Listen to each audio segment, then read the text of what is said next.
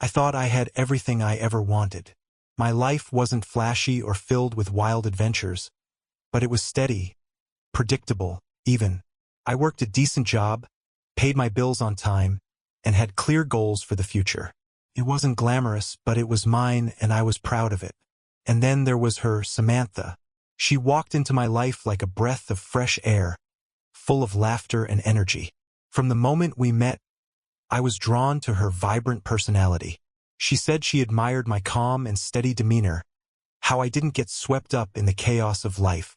She called me her rock, and I believed her. At first, we were perfect together. She'd bring the spark, and I'd keep things grounded. We'd spend weekends exploring the city, laughing over silly things, and dreaming about the future. She'd say things like, "You're the only person I feel safe with," and my heart would swell with pride. I thought we balanced each other out, like two pieces of a puzzle fitting perfectly together. But looking back now, I realized there were cracks even in those early days. Sometimes, when I'd choose a quiet night in over a spontaneous outing, I'd catch her rolling her eyes or sighing under her breath. She never said much at first, just little comments like, "Don't you ever want to live a little?" Or, "You're such a homebody." I brushed it off, thinking she was just teasing. I worked hard to give us a stable future. I'd save instead of splurge, plan instead of act impulsively. To me, that was love, building a foundation we could both rely on. But to her, it must have looked boring. There were moments when I'd catch her scrolling through social media, staring at pictures of other couples traveling to exotic places, dressed to the nines, living lives that looked so different from ours. She'd laugh it off when I asked if something was wrong, but deep down, I started to wonder. At the time, I convinced myself that these were just fleeting thoughts, nothing serious. After all, we loved each other, or at least I thought we did. Samantha had this way of lighting up a room, and I was happy just to be by her side. But sometimes, love isn't enough. The first time I noticed something was truly wrong, it was subtle. So subtle that I almost missed it. Samantha had always been lively, the type to make plans at the drop of a hat. But lately, her energy seemed different, almost restless. It started with her being on her phone more than usual, scrolling through apps, texting someone constantly. When I asked who it was, she'd wave me off with a laugh. "Just work stuff," she'd say, or, "Oh, it's just Maria. She's going through something." At first, I didn't think much of it. But then came the cancellations. "Sorry, babe, I can't make dinner tonight. I promised Maria I'd meet her," or, "I'm going to a networking event for work. It's important." I wanted to believe her, so I did. But the more it happened, the more I noticed a shift in how she looked at me. There was a certain impatience in her eyes, like she was waiting for me to say something exciting, to sweep her off her feet. And when I didn't, the sighs came. One evening, we were sitting on the couch watching a movie. It was one of my favorites, a quiet, heartfelt drama. I noticed her scrolling through her phone again, barely paying attention. "Hey," I said gently, "is something wrong? You've been distant lately." She looked up, startled, and then laughed. A laugh that felt more like a dismissal than reassurance. "No, it's nothing. I'm just bored, I guess." "Don't worry about it." Bored. The word hit me like a slap, though I tried not to show it. "We could plan something fun this weekend," I offered. "Maybe go for a hike or try that new restaurant you mentioned." She smiled, but it didn't reach her eyes. "Sure," she said, already back to her phone. That weekend never happened. Samantha had work again, and I spent the day alone, trying to convince myself that everything was fine. But deep down, I knew things were changing. Soon, her critiques became less subtle. "You're so predictable," she'd say with a smirk. Or, "I wish you'd loosen up a little. Life's too short to always play it safe." Each comment felt like a crack in the foundation we'd built together. I tried harder to please her, suggesting more date nights, trying to be more spontaneous. But no matter what I did, it was never enough. Then came the late nights. "I'm staying out with the team," she'd text. "Don't wait up." At first, it was once or twice a week. Then it became routine. I told myself she was just stressed, that her job was demanding more of her. But in the back of my mind, doubts were growing. Was it really work? Or was there someone else? One night, as I lay in bed alone, staring at the empty space beside me, I couldn't shake the feeling that I was losing her. The Samantha I knew, the one who once called me her rock, was slipping away, and I had no idea how to stop it. It all came crashing down one rainy Thursday night. Samantha had told me earlier in the day that she'd be working late again. By now, those words had become like a bitter echo in my mind. I tried to shake off the doubts, convincing myself that my fears were just paranoia. After all, she wouldn't lie to me. Would she? But something felt different that evening, heavier, darker. Call it intuition or a gut feeling. But as the hours ticked by and the storm outside raged on, I couldn't sit still. Every time I glanced at the clock, my chest tightened a little more. Then, just past midnight, I saw her text, "Don't wait up. It's going to be a long night." It didn't sit right. My heart was racing as I stared at the screen. I wanted to believe her. I really did. But the growing distance between us, the late nights, the strange excuses, they painted a picture I wasn't ready to face. I decided to check for myself. Maybe I was being foolish, overthinking, but I needed to know. I grabbed my car keys and drove to her office, the rain pounding on my windshield as if trying to stop me. When I arrived, the building was dark, the parking lot nearly empty. No signs of a long night at work. My stomach churned. If she wasn't here, then where was she? I sat there for a moment, gripping the steering wheel, debating whether to confront her. And that's when I noticed something. A familiar car parked at the far end of the lot. Samantha's car. I got out of my car, the rain soaking me within seconds, and walked closer. As I approached, I saw another car parked right next to hers, their windows fogged up. My heart sank. I could see two silhouettes inside. Laughter. Movement. My mind raced, trying to deny what was becoming painfully obvious. I stood frozen, staring at the scene, my heart breaking with every second that passed.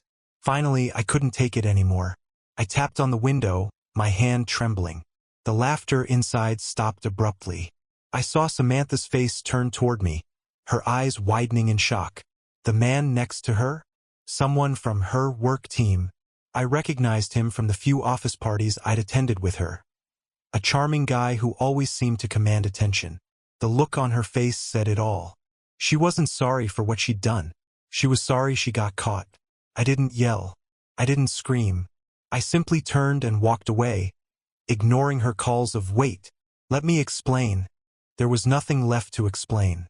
As I drove home, drenched and numb, the betrayal replayed in my mind like a broken record. The woman who had once said I was her rock had crushed me in ways I didn't think were possible.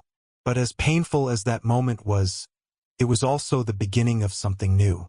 I didn't know it yet, but her betrayal would spark a transformation in me. A fire I never thought I had. When I got home that night, the silence was deafening. The house, once filled with warmth and laughter, now felt cold and hollow. I stood in the doorway for what felt like an eternity, drenched from the rain and too stunned to move. My mind replayed the scene in the car over and over again, her face, the shock, the guilt, and worst of all, the lack of remorse.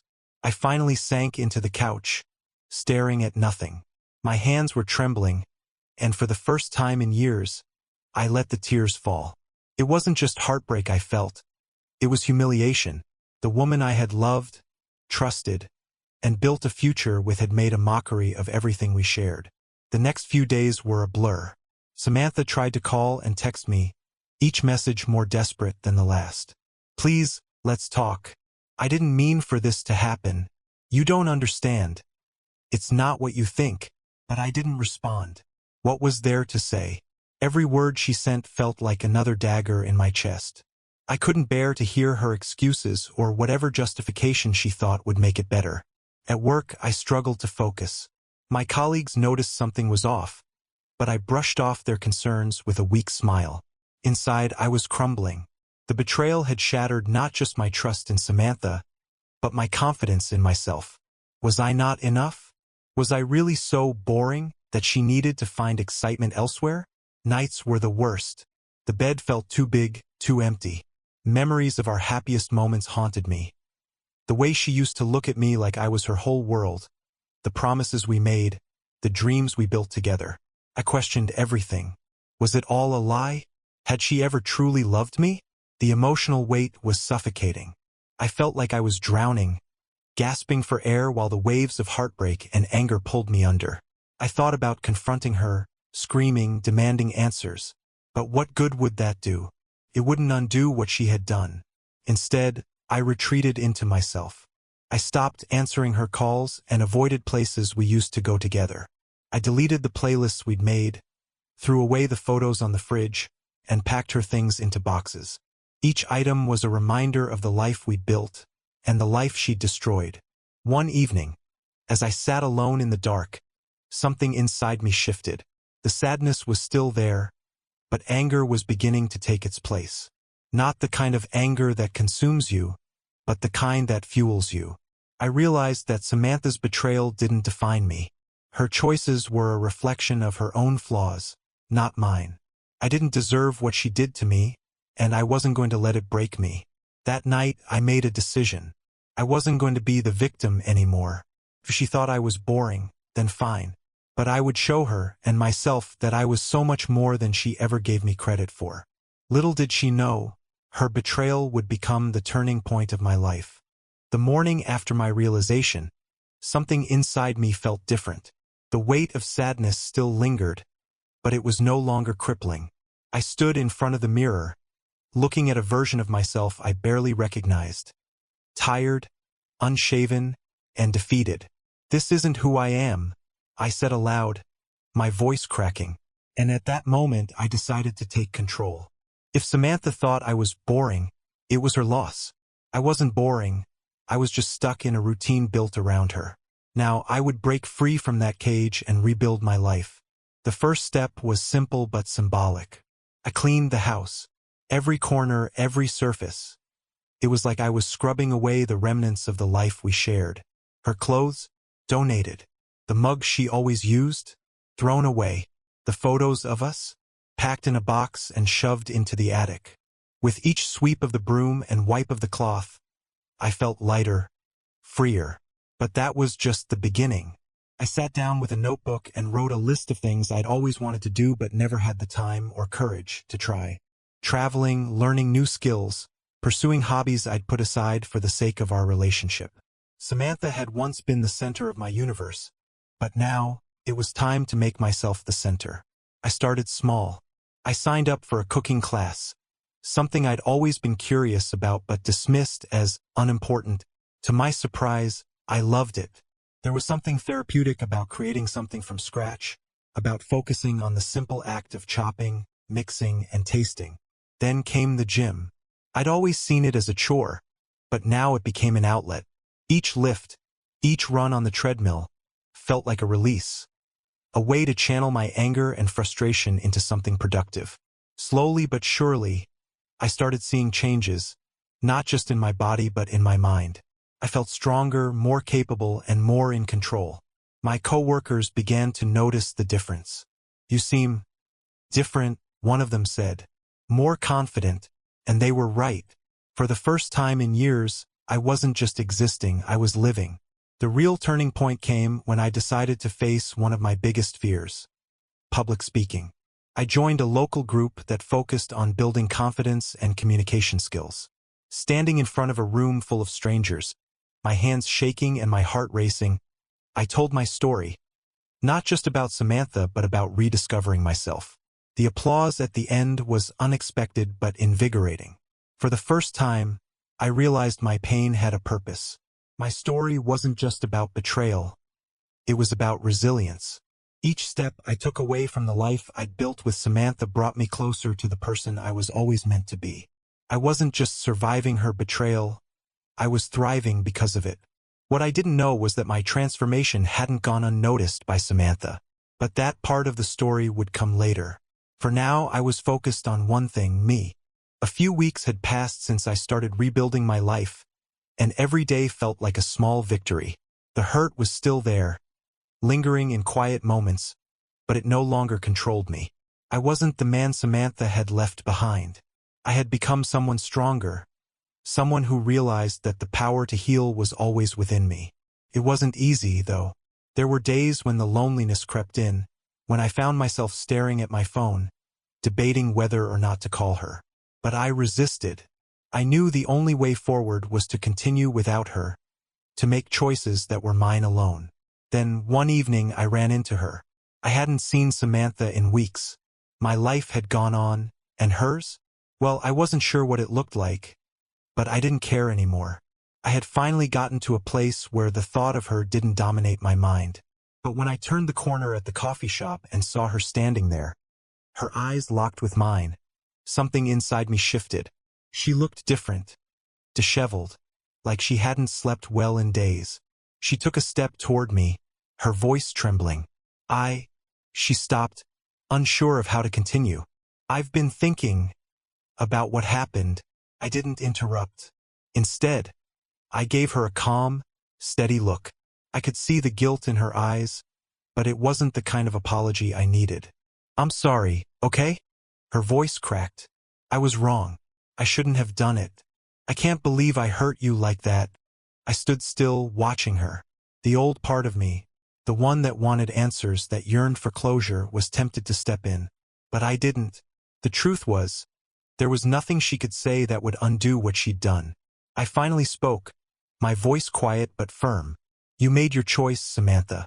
And so did I. Her face faltered. I could tell she wanted me to say more, to somehow fix things. But I wasn't interested in fixing a relationship that had already been broken.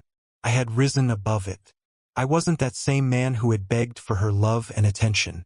I've moved on, I said, taking a step back. And you should too. It wasn't a moment of bitterness. It wasn't an act of revenge. It was simply the truth. I had moved on, not just from her but from the version of myself that allowed her to hurt me.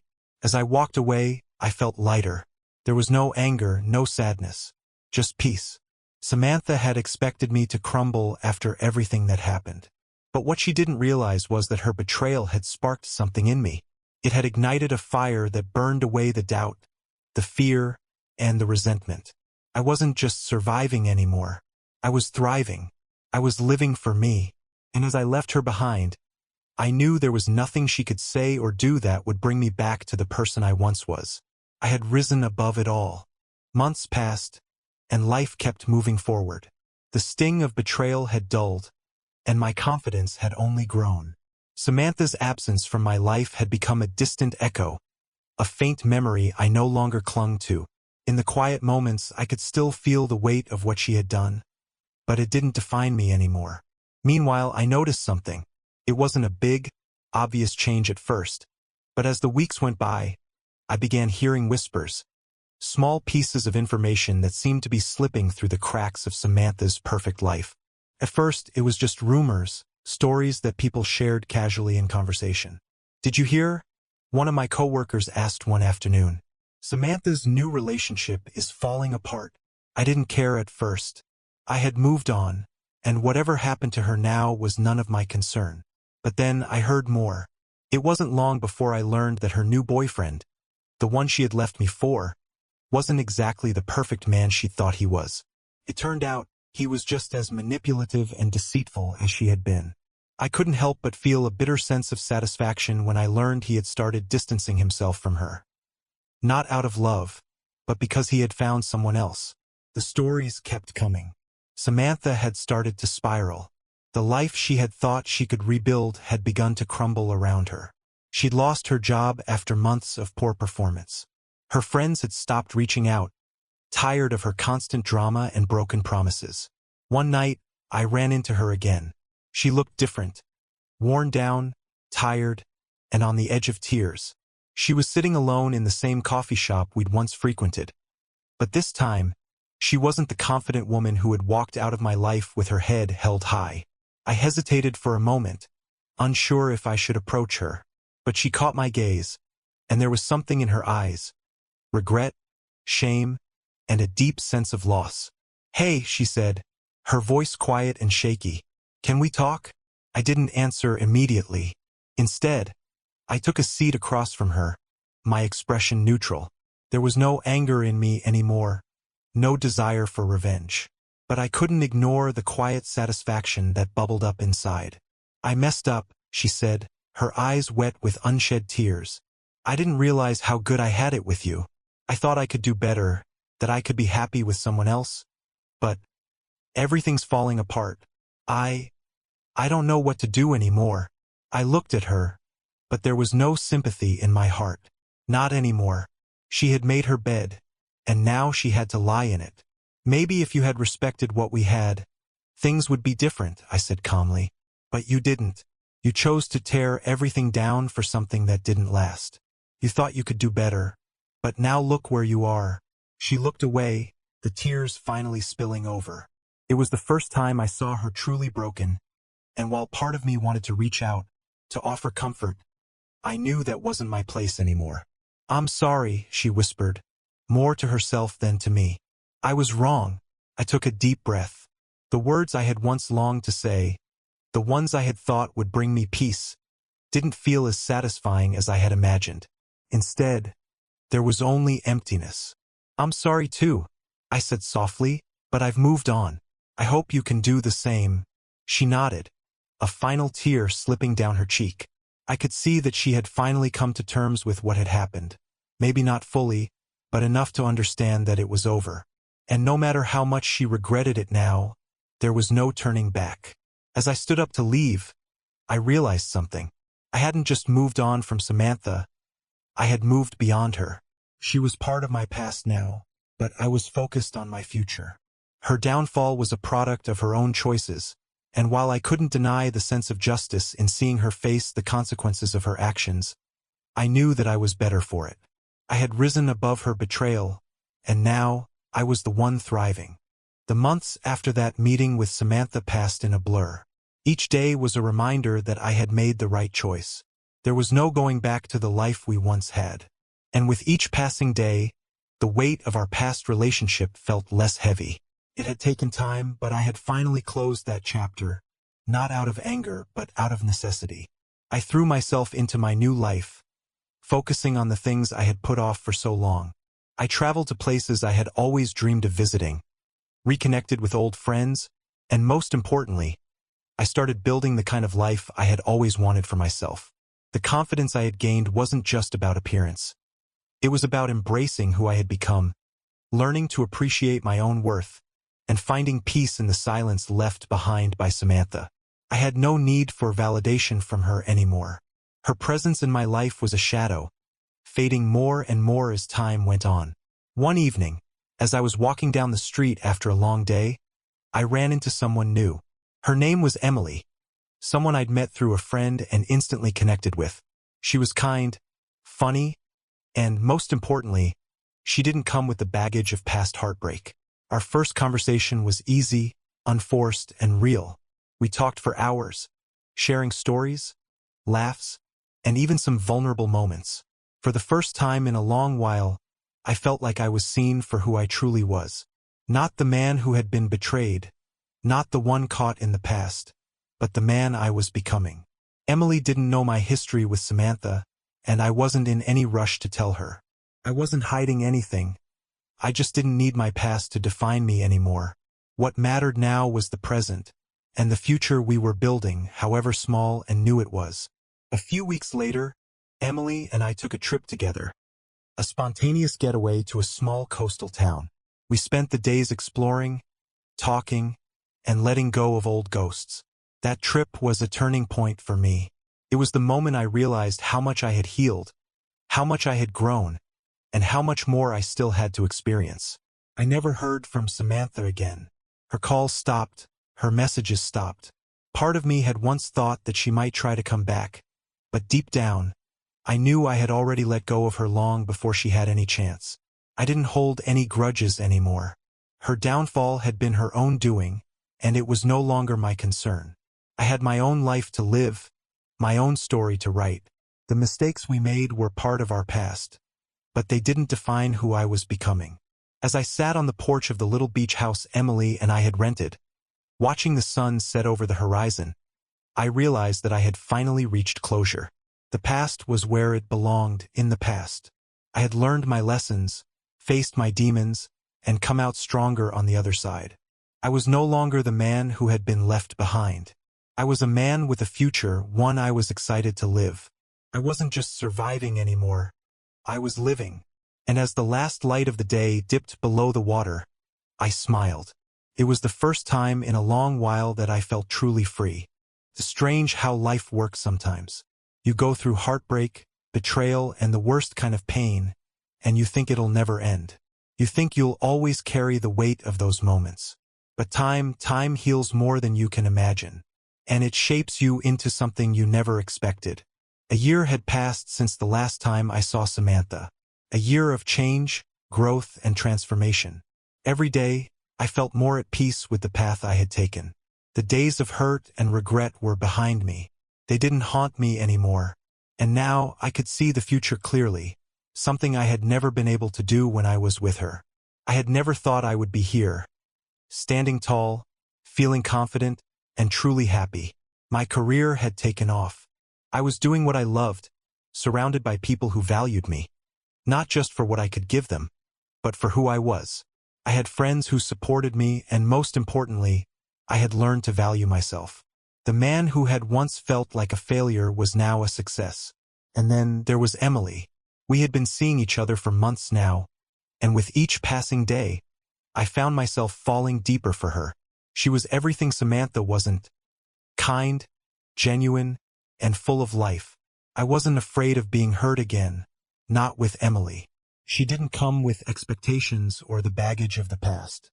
She saw me for who I was, and she loved me for it. One evening, while we were out on a date at a quiet restaurant, Emily turned to me with a smile that felt like the beginning of something new. "I've been thinking," she started, her voice playful but filled with sincerity. "You've come so far, and I couldn't be prouder of you. You've really turned things around. You're not the same person you were when we first met." I chuckled softly. I don't think I could ever go back to being that person. And it was true. I wasn't that broken man anymore. I wasn't the guy who had been left in the dust, questioning his worth.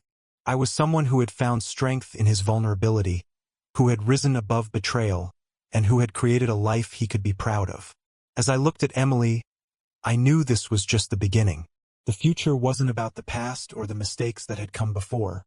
It was about what I could build now with the right people by my side. Samantha's regret, her downfall, didn't define me. It wasn't a part of my story anymore. Her decisions had shaped her life, and mine was going in an entirely different direction. The best part? I was in control of it. The road ahead was filled with possibilities, and I knew there was no limit to what I could achieve. I had learned to never settle for less than I deserved, and now I wasn't just surviving life. I was thriving. And as I held Emily's hand, looking out at the future, I smiled. The best was yet to come. If you're going through a hard time or struggling with betrayal, just remember, you have the power to move forward. It might take time, but you can rise above it. The future is yours to create. And if you've enjoyed this story, don't forget to like, subscribe, and share. There's more where this came from. Stay strong, stay true, and keep thriving.